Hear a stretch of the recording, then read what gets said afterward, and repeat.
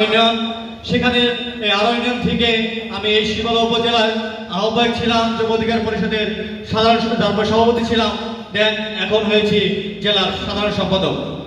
বিপিন নুরকে আমি খুবই আনন্দ থেকে, তার মধ্যে ইলিয়াস ভাই একজন। তার প্রতি আমরা খুবই কৃতজ্ঞ যে এরকম একটি লোককে, মানবতার ফেরিওয়ালা মোহাম্মদ ইলিয়াস ভাইকে, মানবতার কান্ডারি ইলিয়াস ভাইকে আমাদের এমপি প্রার্থী হিসেবে নমিনেশন দিয়েছে, তা আমরা খুবই গর্বিত বোধ করছি। হয়তো আপনারা বলবেন আমার নিজের দল দেখে, আমি নিজের দল দেখে গর্বিত বোধ করছি না। যদি শিবালয় উপজেলায় কোনো যোগ্য এমপি প্রার্থী থাকে, জনদরিদ্র থাকে, গরিবের বন্ধু থাকে, সে একমাত্র ইলিয়াস হোসেন ভাই। আমি বলছি এটা এখন আপনারা আমাকে বলে দেন।